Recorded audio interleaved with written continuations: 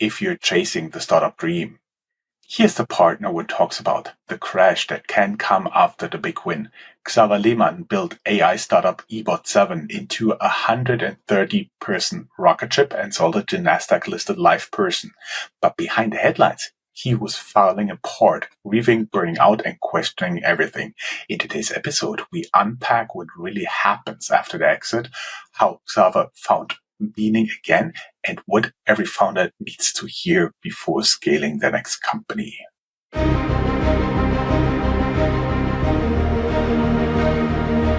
Welcome to Startuprad.io, your podcast and YouTube blog covering the German startup scene with news, interviews, and live events.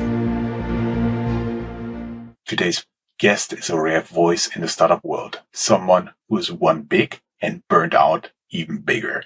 Xaver Lehmann is the co-founder and former CEO of e-bot7. By the way, we have an interview with the co-founder that we link here, one of Europe's fastest growing AI startups. He scaled the company to 130 employees, partnered with major enterprises, and exited to LivePerson, a Nasdaq-listed leader in conversational AI. The company's hybrid AI plus human agent model pushed the frontier of NLP-driven automation. Xaver was recognized by Forbes 30 under 30 Europe and backed by top-tier investors. But the story didn't end there. After the acquisition, he was forced to lay off much of his team. At the same time, he lost his mother to cancer. The mental and emotional toll nearly broke him and made him question everything about startup success. Today, he's rebuilding not a company, but a movement. Through The Honest Founder, his fast-growing Substack, and his work coaching founders, he's turning pain into perspective and lessons into leverage. This is a conversation about what happens when the hype ends and real life begins. It's raw, it's real, and urgently needed in today's startup economy. Xaver, welcome to Startup Radio. Thank you for having me. Yeah, I'm glad to be here. That is really an interesting story, and I totally think a lot of people would get a lot out of that. So let's rewind the tape. What was the original spark that led to the founding of e-bot7? What did you and your co-founders believe about the world of customer communication that others didn't? Yeah, good question. I mean, back then in the days, as I was a child, I wanted to be an investment banker, actually. And so I did an internship in investment banking when I was like 21, 22. And I quickly realized that, it was kind of exciting. It was dynamic. I loved capital markets because everything is unpredictable. Everything is new every day. But somehow, like getting to the office every day, seeing my bosses, how they work, how they live, it kind of made me question if I want to pursue that dream. Investment banking is something completely different. It's all about numbers. You go to the office every day. It is dynamic, but also it's kind of, the same every day. And so what I did after the internship, I actually studied again because I didn't know exactly what to do. So I studied finance in Maastricht in the Netherlands. And there I met my, oldest friend actually, who I've known for like 15, 16 years. And he coincidentally also studied in Maastricht. And on the way to King's Day, we had a conversation about what we want to do, at some point, because he had done internships at Red Bull and Adobe, and I had done some internships in M&A and investment banking. And then we thought, to be honest, like I can't imagine a life working for someone. I mean, also my parents have been entrepreneurs their whole life, and somehow I couldn't really imagine working for someone else above me. And he had the same feeling. And then on the way to King's Day, which is kind of the big celebration once a year in the Netherlands where they celebrate the king, we kind of coincidentally, we scrolled through his Facebook feed and saw a Facebook developer conference. Really random because we couldn't code or something. We just coincidentally saw this. And what they actually said in that conference was actually that you could, now is the time to actually integrate bots into Facebook Messenger. So people could, or actually companies could integrate into Facebook Messenger and then reach their clients through Facebook or WhatsApp. And we found it a really good idea because, everyone knows about the bad, customer service situations where you stuck in a hotline or wait days for a reply for an email. And we thought, couldn't hear you. Did you say yes? No, no, no. Yeah, I mean, honestly, like everyone has had like an experience with bad customer service, right? And we just thought like, if customers can actually reach their clients exactly where they are, I mean, all of the people are spending time on WhatsApp, on Facebook, on all these social media channels, but companies are not present where they actually, spend most of their time. So that was kind of where we thought, okay, that might be a good idea actually to kind of go to companies, tell them, hey, we have this new technology where you can actually instantly reach your clients through the channels they are already using instead of opening a new channel or hotline or email. And that was kind of the initial spark. And to be honest, like customer service is just really bad. I think if you want to change something in departments and companies, it would have been customer service. Really manual processes, really recurring questions, always the same. Waiting days for a reply for an email, getting redirected into the wrong person. I hated it. And if we can make something better in that kind of field, we are definitely in for it. And so what we did is actually we drafted several emails, it was like 10 emails, and we shot them out to different companies like Domino's Pizza and like bigger companies and smaller companies. And we pretended to have the, technology already. And we just said like, hey, we have this technology. You can create bots, you can, link them and connect them to Facebook Messenger and WhatsApp, and you can reach your clients. And then all of a sudden from these 10 emails, 3 or 4 came back and said like, hey, that's super interesting. And that was kind of the initial spark that led us to founding the company, honestly, 2 days later. 2 days. Well, that's not a lot for strategic planning, I have to admit. At the time, conversational AI was still emerging. What did like the everyday look back then for AI-powered customer support? It was admittedly the time before LLMs and ChatGPT. What was broken and how did you fix it? Yeah, I mean, it was back in 2016, so there was no OpenAI, no ChatGPT, no LLMs in this form. So the technology was really basic, to be honest. And the thing was, customer support, I always thought like, they have some automation tools already. They must have. Like, if you look at O2 Germany, for example, there's like millions of requests of support questions coming in every kind of month. So I thought, of course, they must have something. But then once we went into like a customer support center and looked at how they work, it was crazy. They manually type the answers. They have, sometimes they do copy paste, but then they have to go into different systems. Then for different questions, they need to go to different systems, and then they needed to copy paste that answer in order to make it work for the client. It was a disaster. So once we kind of got a feeling of how the current customer support works, we knew exactly that's a big pain point. So, we can definitely make something work. And so the only problem was that, AI or, the things that we wanted to build, bots, were pretty much at the beginning. So the technology was really early, really not working well. It couldn't understand, detailed or complex requests. The only thing that it could do, or at least our system could do, is actually FAQs. So there was one question from a client, and we could deliver the answer. And what we built because of that, because it could only like not understand any context in a conversation, it could just do like FAQs. We kind of built a hybrid solution, which means that the technology is not, automating the whole time, but it's only automating if a specific threshold is actually met. So you can set it up yourself. Every company could set it up yourself. You could say, for example, the system needs to be 95% sure that this is going to be the right answer, and only then it automates. But if not, then what the system does, it provides a suggestion to the agent. So the agent can actually say, hey, that's the right answer, or that's the wrong answer, or this needs to be edited. And then the system learns over time through the agent's input, which was back in the days a really, good system, because if you work with Deutsche Bahn or BMW or something, the big brands, they didn't want any wrong answer sending out to clients, right? And so with our system, they could go live instantly, and through the input of the support agents, the system kind of trained itself automatically, which was kind of quite new at the time. And I think that was also one of the reasons we were successful. Mm-hmm. Interesting.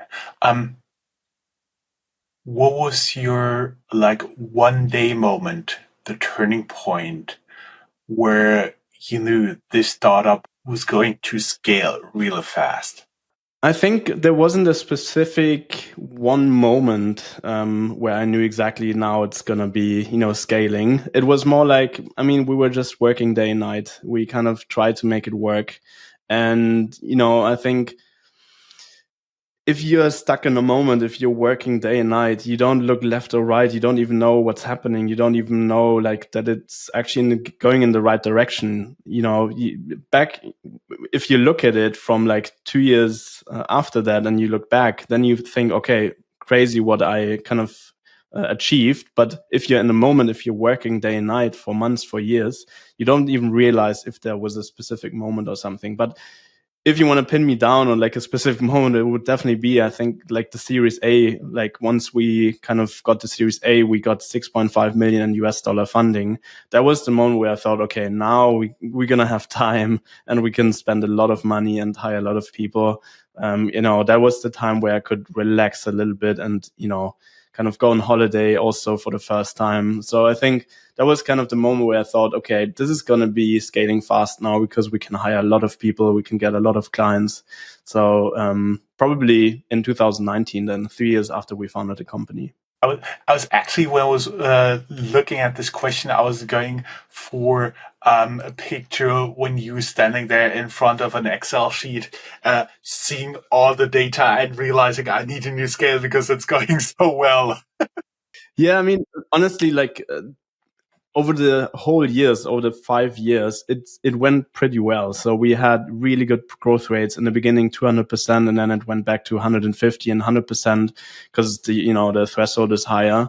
But it was also planned in the business plan. So like if investors expect something and we expect something from our business, like even if you get a new client and get like 500K in ARR, you kind of expected it to happen, right? And this is also kind of the bad thing about it, because you need to celebrate more and you need to, once you get a new client, you need to really like do a big party, and I don't know, but we didn't do that. We just expected it to come, and once the contract came in, we just woke up the next day and worked again like nothing happened before. So that's the thing. I think in hindsight I would have done it a little bit different, like celebrate the small wins even more and do a little party, or like do something with the team. But we're just like focused on making this work and making it successful, so any new deal wasn't moving the needle for us in the sense of now it's actually getting super successful. Let us talk a little bit about the struggle behind the growth. Scaling from 130 employees across 5 countries, that's really no joke. What were your toughest operational or leadership challenges as the team grew like 30, then 60, then 100? Yeah, it's a good question, because of course it changes over the time, right? So I think once you hit like 20 or 30 employees, it's still super cool. It's really startup vibey. You have a couple of people that help you in some directions, in some ways, but it's more about creation, right? So you're really like, you build something new, you break something, and you just try it all over again. Once you hit like, I would say 50, 60 people, it changes a little bit, because that's the time when you need to delegate, right? You need, to hire people. In my case, I was actually hiring a CFO that took over the whole financial and accounting processes. And so that's where it changes a little bit. It was still fun, but it was completely different because you delegated a lot and it wasn't much more creative anymore.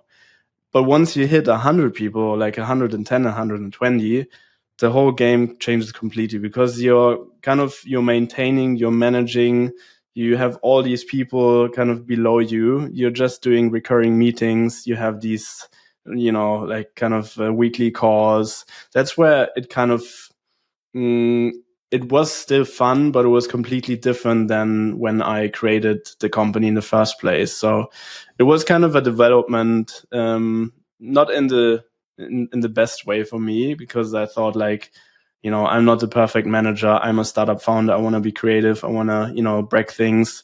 And once you hit 100 people, you can't break things anymore at that level, and you can't be so creative anymore because you put everything in the hands of your people. But what you get is the worst problems on earth, right? Like if your team can't handle a specific problem, then it lands at your desk, and it's most likely the worst problems. Like the biggest customer threatens to leave, or the best employees threatens to leave, or like big salary negotiations, or like, you just handle and solve big pain points, big problems, which you need to like. I didn't like it as much as like building the company from the ground up, to be honest. I actually know how you feel. It's when you get from a founder to manager, right? Exactly. Yeah, that's a big transition, to be honest. And I hadn't planned really with that transition because I've never done it before. But it's a completely different life, completely different, kind of working environment. And you also need different kind of people, right? In the beginning, you need like people that are trying things out, being creative and stuff like that, and break things. And at some point, you need kind of managers. You need people that have, done it before, have done it perhaps like for the last 10 years, 15 years already. You need experience, you need skills. It's not only about so much mindset or attitude anymore. It's more about skills and experience. And that changed a lot, I think. Personal opinion before we get into the next question. I do believe entrepreneur is part of your personality. That's what you enjoy. But if you turn into a manager, then personal feeling, it's best if you have seen this, if you worked in a corporate environment, if you've done some jobs there, then the transition can go smooth. You've raised venture capital, signed enterprise customers, and scaled tech across borders. What was the first big pivot you had to make, and what did it teach you about your assumptions in product market fit? So when we founded the company, we didn't know exactly if we wanted to actually build a product around it. So what we set up the company for was actually an agency kind of, system. So we just wanted to be the middleman in between companies that wanted to, connect and build bots or integrate bots, and developers who could actually build bots. So we just wanted to pay, get a commission and, to connect them, and then we're out of the game. But then at some point we thought like, okay, we actually need to kind of create our own product, because AI is much more difficult to scale and much more difficult to build. It's not like a setup system where you can, like a website, you build a website for 3 weeks, it's finished, you hand it over to a client, and then it's done. With AI, with chatbots, it was more like a continuous process, which you needed to optimize, every time something broke, every time some wrong answer got out and stuff like that. So the agency problem, or the agency company kind of concept, didn't really work. So what we did, because we didn't have a developer yet, we didn't have a CTO yet, we kind of transformed it into a consulting company where we did monthly workshops in different cities across Europe, just to get insights on how customer support actually works. So they paid for their tickets to spend a day with us talking about AI. And for us, it was really valuable because we could get their feedback in order to build a product that's actually worthwhile. So in the meantime, we hired a CTO who was then also one of our co-founders, and we kind of built a product. So from that point in time, it was clear we wanted to build something in customer support. But we also had some shifts. Sometimes, at some point we wanted to build something in e-commerce because we thought it's a better, kind of vertical. We didn't want to spend too much time in customer support centers. But like at the end of the day, we knew customer support is the biggest pain point. So we actually went for customer support at the end. But it taught me that, when you start a company, it's not only about the first idea that's going to be successful. You will change it a lot of times, and probably you have to change it over time because you get more knowledge, you get more, people that actually test your product, and so you will kind of change it in different directions more than you think and more than you want to. But it's a good process. It's good actually for the company, I think, if you turn around a little bit and like adjust it on different ends. So for me, it taught me like, it's actually good to pivot. I think you should pivot if you feel like it's worthwhile and gives you a better direction. And we've done it a couple of times and was really successful at the end. Mm-hmm. I was wondering, when you scale that rapidly, if you promise that to investors, you get some pressure to scale rapidly. The faster, the better. How did this affect you personally as a founder and human being? Was there something like a moment where you felt the warning signs of a burnout creeping in? I mean, so the thing is, the first 3 years we've worked day and night, to be honest, like every day, every weekend, every birthday, every kind of family event. So we didn't have one time off. But then at some point after 3 years, my body was pretty bad. So like my parents forced me to go on holiday. And that was the first sign where I thought, okay, shit, because on holiday I didn't recover. And that is always a bad sign. Once you go on holiday and you feel like it's actually getting worse than better, that was kind of the first sign that I needed to change something. So once I came back, I felt a little bit better, but I talked to my co-founders and said, hey, I can't do that anymore. Let's, try to break, like do the weekends off. I can't do it on Saturday, on Sunday every week. Let's also put in some holidays for the next couple of months. And that was the first kind of change that I did in the company.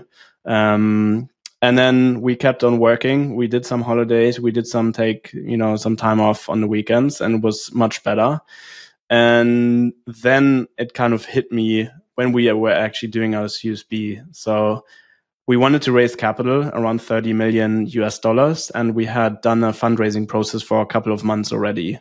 And at the end, we found an investor who wanted to invest 30 million from the US. But then at the same time, an offer from LivePerson, the company that had bought us at the end, came in. And so we had to decide what to do now, right? And, at the end of the day, we had a gut feeling that kind of selling the company was actually a much better decision than staying and getting that funding in. And so for a couple of months, we were super uncertain what to do. And at the end of the day, we kind of declined the investor, and the investor was gone then, of course, because the investor didn't want to wait for weeks and months until we decide. So this investor who we found after a couple of months was gone. And so we put everything at stake to make that M&A happen, to actually sell the company. But of course, we needed money. That's why we wanted to fundraise in the first place. So it took longer.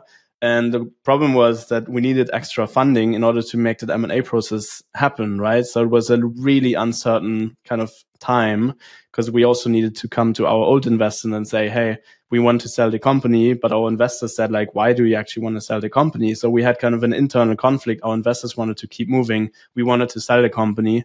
And so our investors didn't want to really support us, help us in selling the company. And so it was a little bit of a struggle, but at the end of the day, they, pushed in some money so we could actually do the M&A.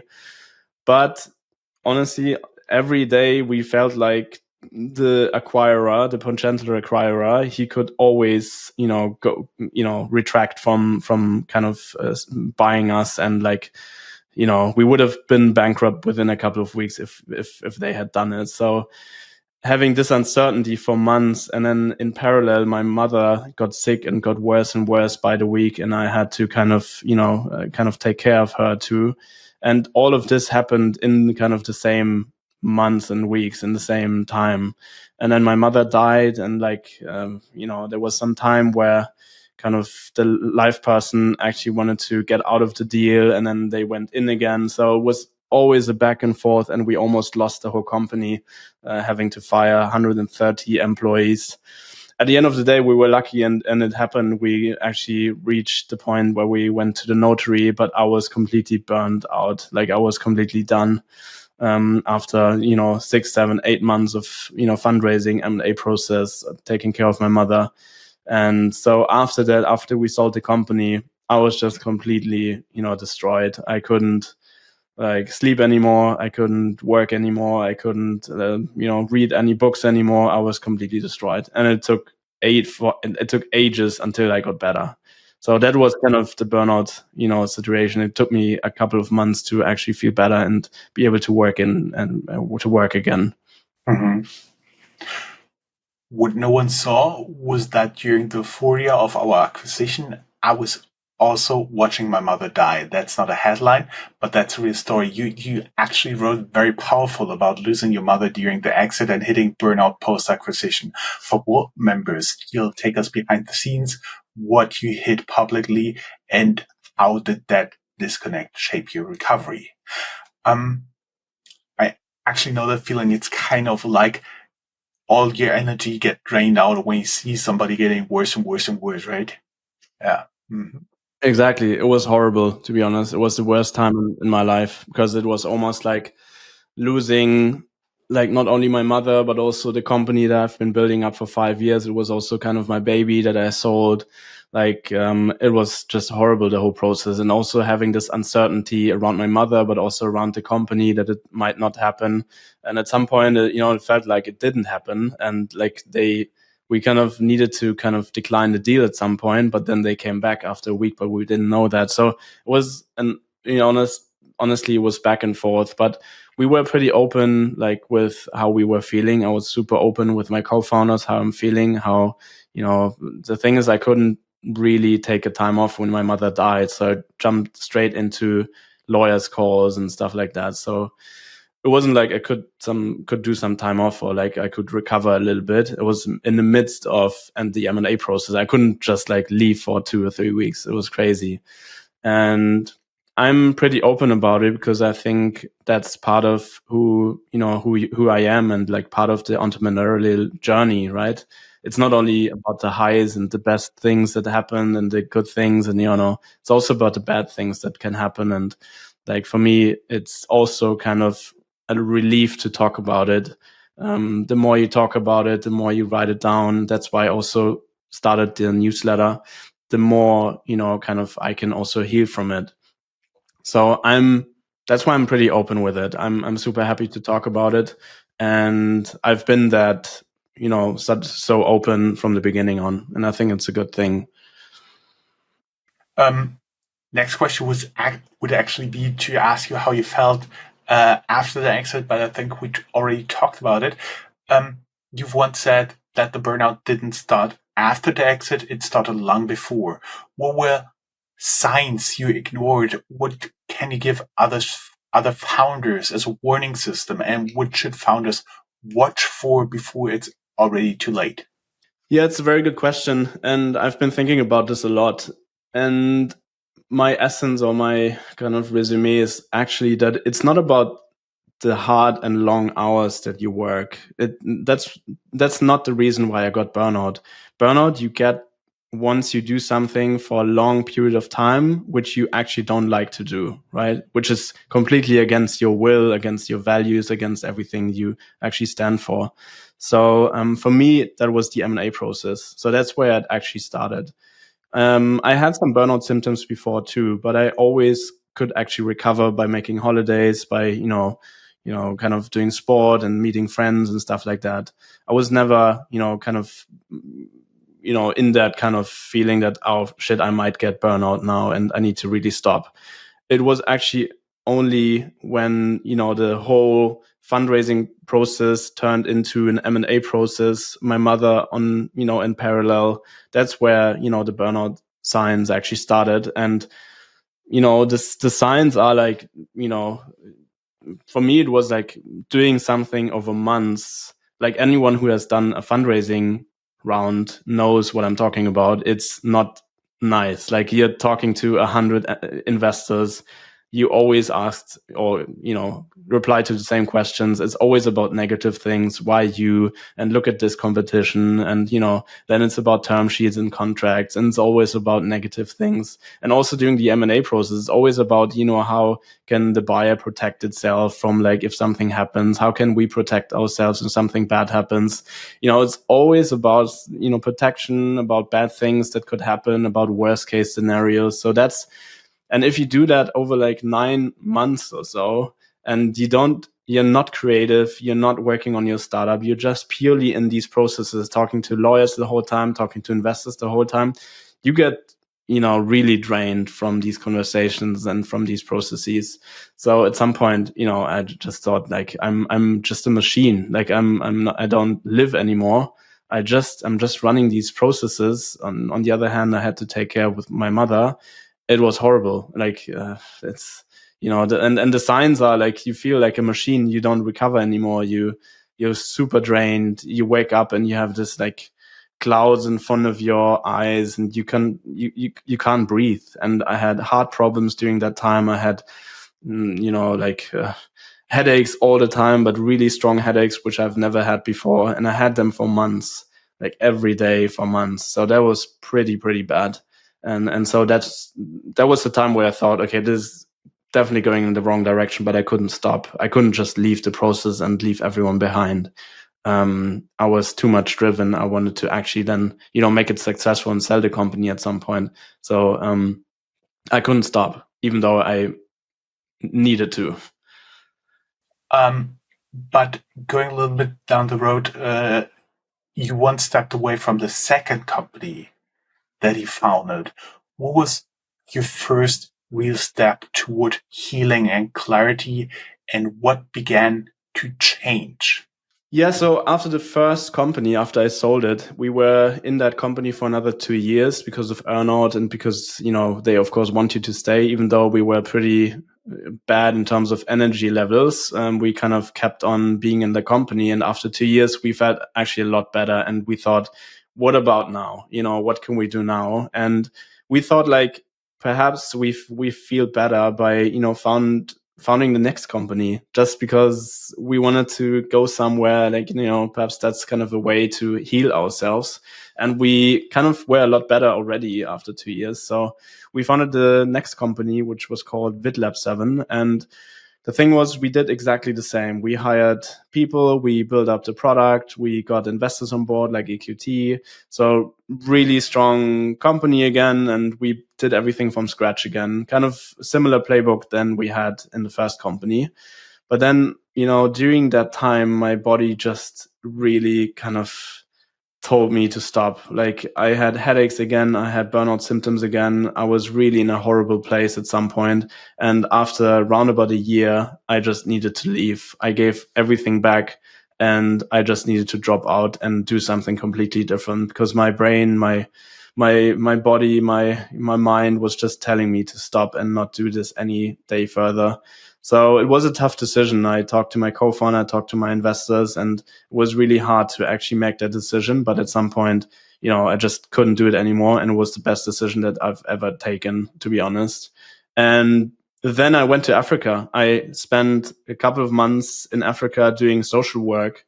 So I support an organization called Amos, where we support animals in the field and we build fences, and so to protect them from poaching. And then there's other social projects in Cape Town that I support.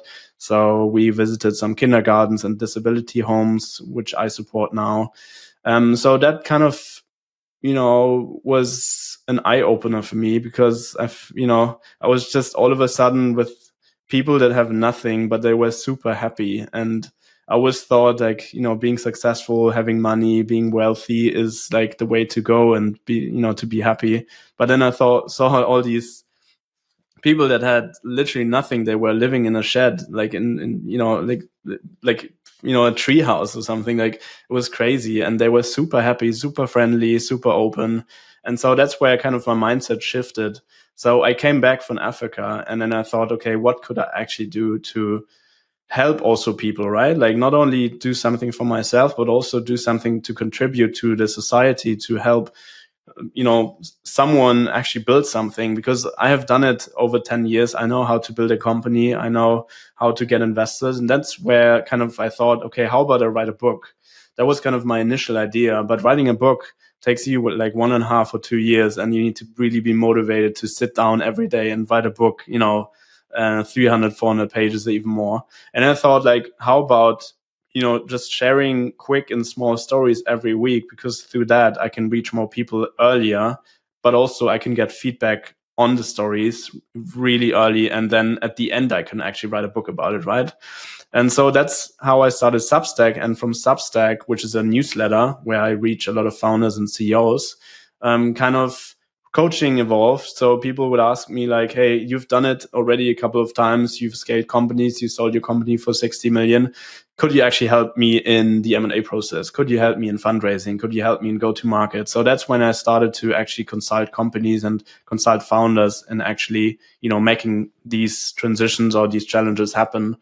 And from that, I thought, it's nice to help people one-on-one, but how about I create products that can actually help 1,000 or 1,000,000 people straight away? So now what I'm doing is actually building products like frameworks and digital courses, like a fundraising course, to actually help people at scale. And that's what I'm currently doing. And I'm super happy by, doing that. And it's been a relief. And I just want to don't go back anymore into like building a B2B AI company. It's just not anymore for me. Many founders talk about reflection, but few were built as publicly as you did. Why did you choose to create actually a newsletter? And did it help your own recovery? Yeah, it links to the things a little bit that I said.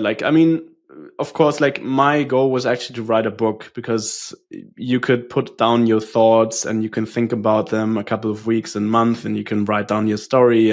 But the problem is with a book, you take ages until you write a book, and it doesn't really like you create value at the end once you kind of publish the book, but you can't create value during the process.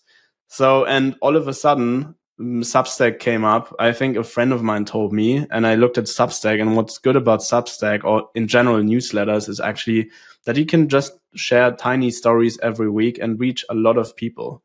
And that in connection with my LinkedIn, where I had already like 15,000 followers, I could, kind of link all of these together to actually get a lot of following, and then, help a lot of people through that. So I didn't need to start at zero. I started at already, quite a good following. So I just needed to kind of, tell everyone that I'm actually, helping them through a newsletter, and at the end, then through coaching. And that's why I started all of this. Yeah. I see that. Actually, a very interesting choice. I was wondering for our audience, what was this one success moment that nearly broke you? Feel free to share it with us and tag us on X or LinkedIn. Guys, we will be back after a short ad break where Xaver reveals the playbook shift that made him a better coach, a better founder, and a better human.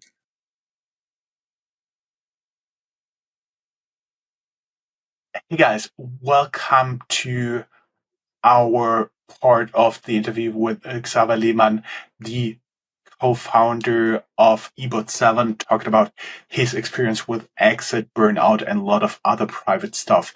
We are now talking about frameworks, coaching, and clarity.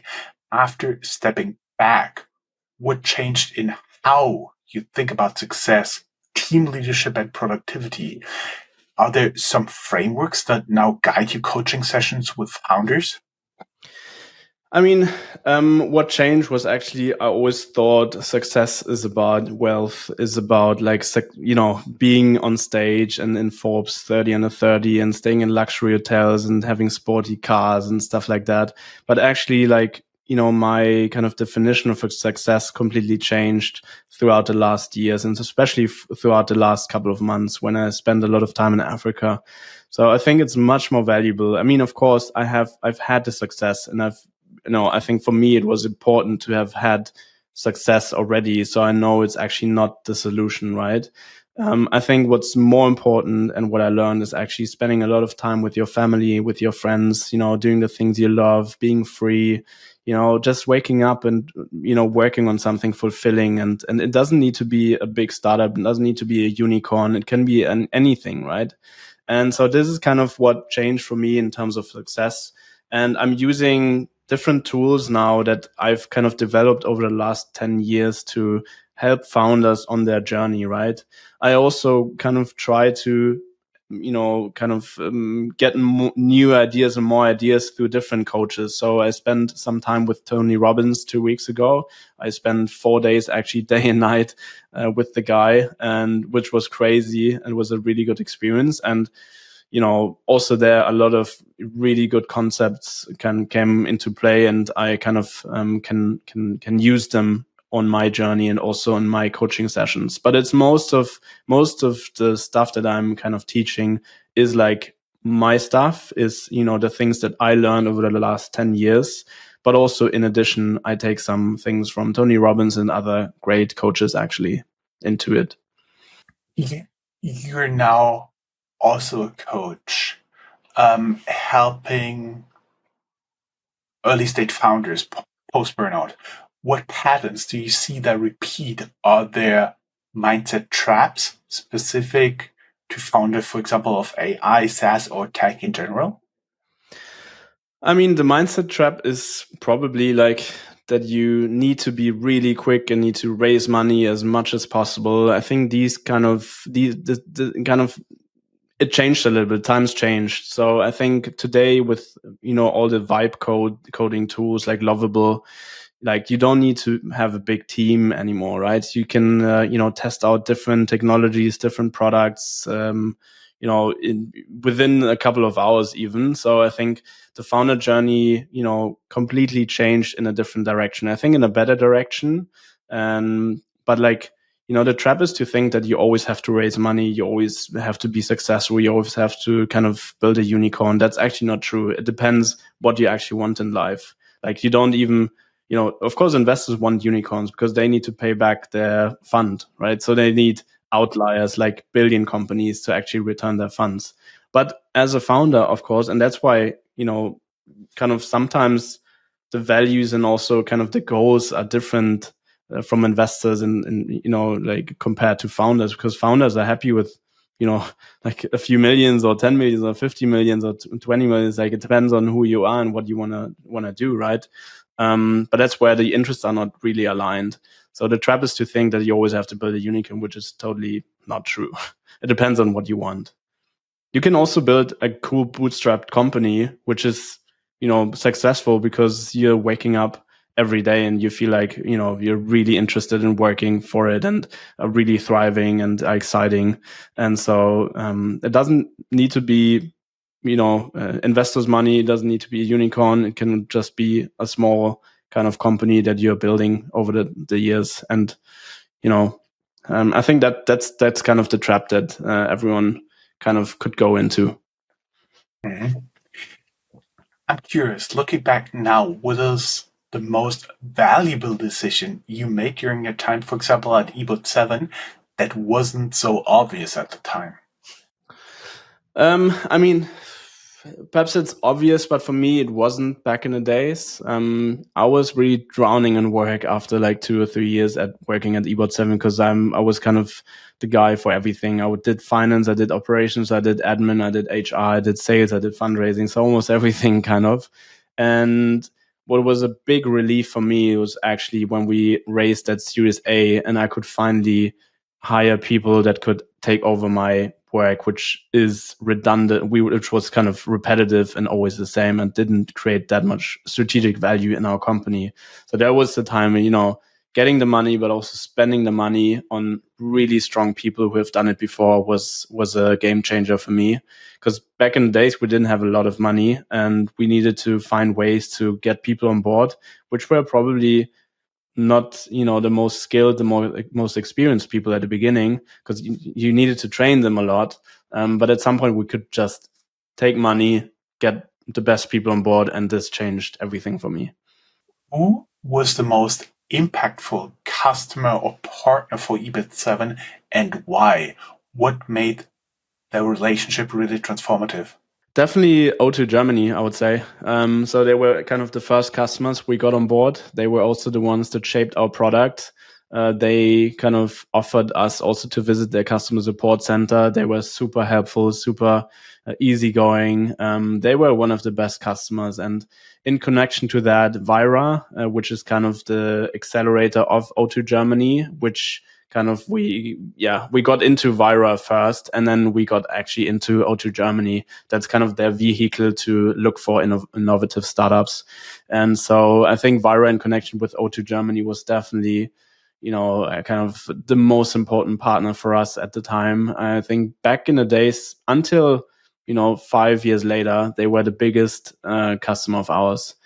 So yeah, and whenever there was any problem with the technology, they were the first ones to tell us, but not in a bad way, in an angry way. They were super productive and just telling us what to do. And yeah, that was amazing actually.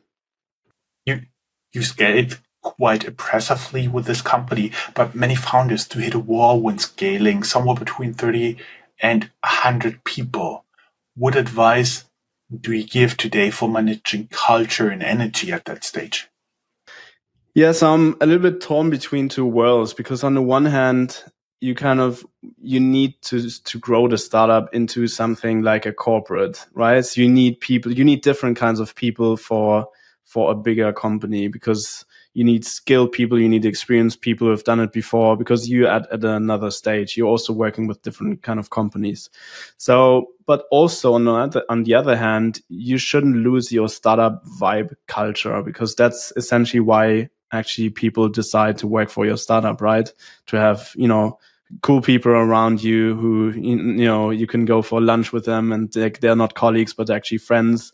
So this is kind of, it's quite hard. You need hierarchies, but also you don't want that many and too deep hierarchies. You don't want to be a corporate, but you also want to kind of keep the startup culture. That was also kind of a little bit of difficult to find a balance between those two. So this is what I would actually say.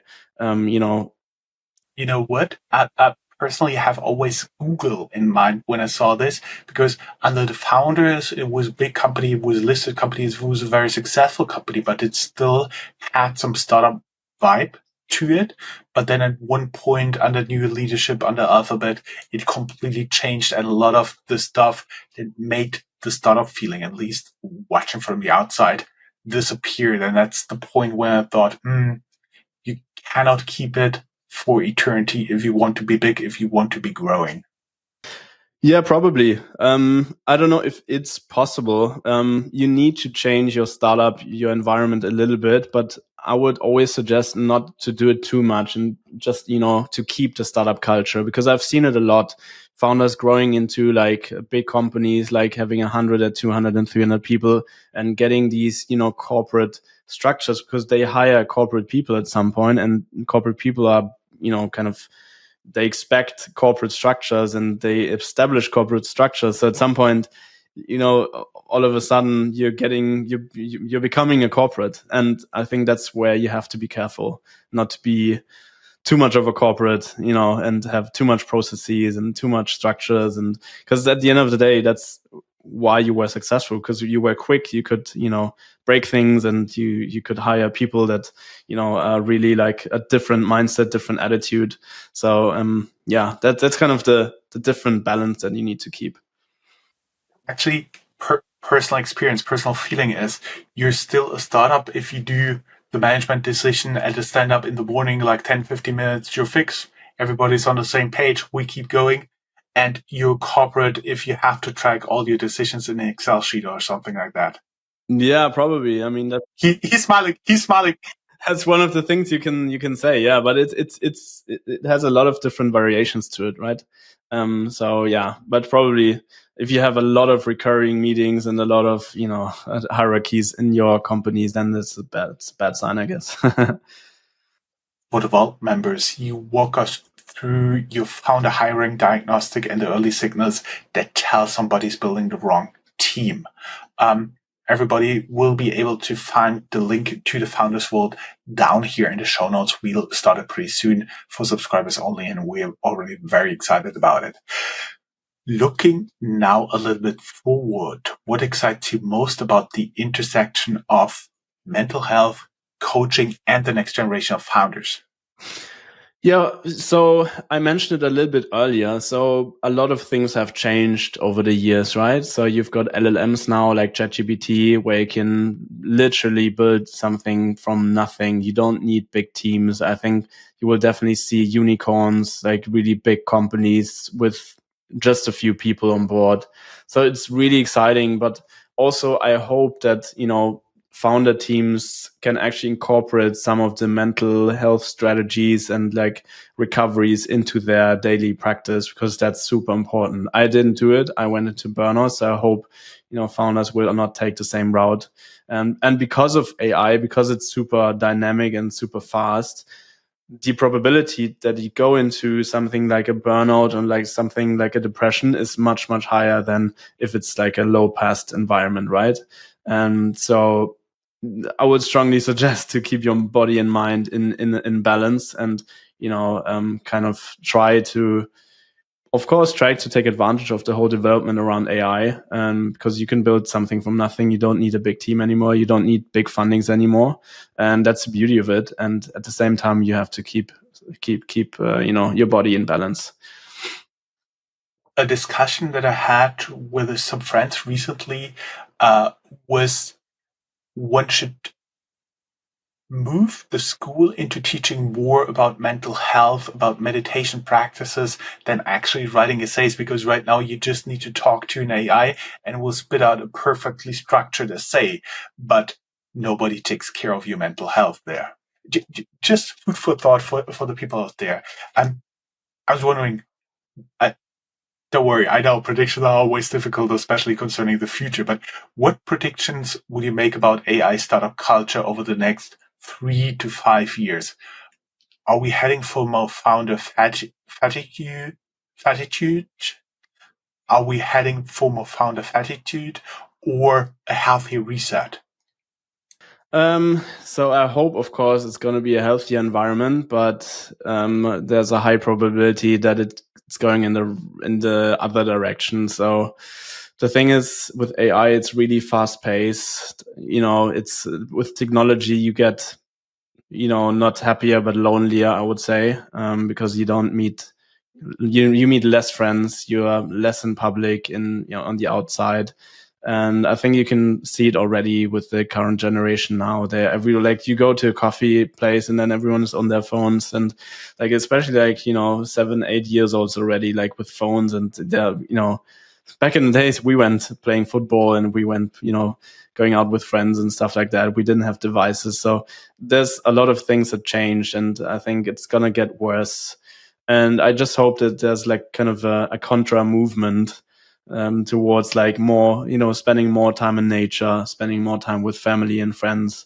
Because at the end of the day, it's about, being healthy and not being lonely, being happy. And if you just spend your whole time, your whole life on devices, it's not going to be good for you. Yeah, I also have something for myself, like my own rule. I also use all the information that I put in different AI tools, because I've worked with them for hours and hours, because I'm basically here by myself. Chris is in New York. We're in different time zones, and editor and VA are also in different time zones, who help me with all the publications and the back office and stuff.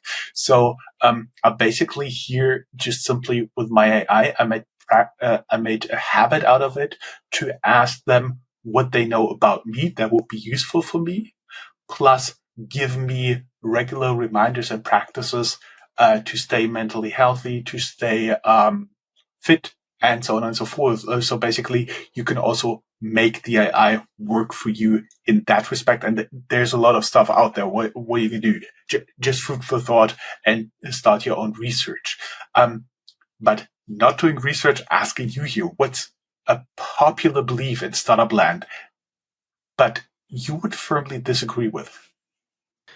I would say it connects to something that I talked about earlier. It's about like the belief that you have to build a unicorn, and investors always expect to build a unicorn because of course they need to return their funds. But like deep down, honestly, it depends on what you want to do in life. Like for founders, a unicorn doesn't need to be the perfect outcome because there's also a lot of dilution, a lot of funding rounds. Like, unicorn is something that Startup Land kind of wants and expects and something like that, but it's actually, something completely stupid because you don't need to build a startup that's worth $1 billion or something. You don't need to do that. Like, I know that, some founders, like, they're trying everything they can to build a startup in that area and then expect or actually demand higher valuations, then at some point they dilute and they have, at the end of the day, have like 1 or 2% on the company and then it's $1 billion worth. Like it's better to bootstrap your company to 1 or 2 million. You've got more than, if you have $1 billion and like nothing left. So, I would say that's something like a popular belief, but I would not say it's true. Totally agreeing with you here without any external investors in Startup Radio. But I was wondering, when you've been talking about that, is this a firm belief of Startup Land, or is this a belief of Investor Land pushed into Startup Land? Yeah, probably the second. Yeah, it is. Yeah, I mean, they need to return their funds, so they of course expect startups to perform really well, and like well means higher valuations and higher exit volumes and stuff like that, right? So it's interesting. For our audience, I was wondering if you guys could redo your startup journey with just one lesson from today. What would you change? Tag us on social media, Startuprad.io, and use Startup Reset. Xaver, final 2 questions. We're talking about almost for an hour now. Some final reflections here. If a first-time founder stopped you at a cafe, so not playing with his or her device, and asked you, what's one thing you wish you knew earlier, what would you say? I would probably say that mental health is more important than you think. I mean, I've done the whole journey and I always neglected it. I kind of worked my ass off day and night, and I didn't pay too much attention, towards, meditating. And I mean, I did my sport the whole time. I did my workouts, but, having enough pauses, doing lunch breaks, having weekends off, that's super important. And that's something I would definitely say, take that more seriously. Mm-hmm. Weekends off is also one of my rules. What's the boldest, most honest thing you've learned about yourself through like the complete journey, everything you went through? Honestly, I would say that I would probably say, and I wouldn't have admitted it back in the days, but I think I thought that money solves all problems, but it definitely doesn't. And I think freedom solves most of the problems. Like my values changed a little bit in the sense of, first I wanted money. I wanted to be, financially free. And now it's about freedom of work, freedom, whatever I can do whenever I can with whom I want. So my kind of feeling of like my values changed a little bit in that direction. So I thought money was kind of the answer, but it's not.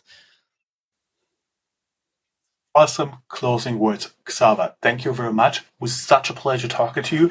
Actually, we had such an intense and long conversation that we need to have a second interview session just for you to give us your wisdom in the founders world. Everybody who would like to learn more, go down here in the show notes and subscribe to the founders world, and we'll see you back shortly, answering a few questions for our audience there.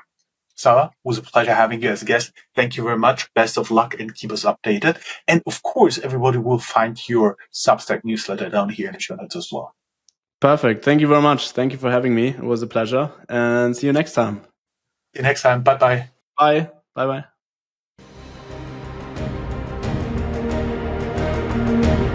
That's all, folks.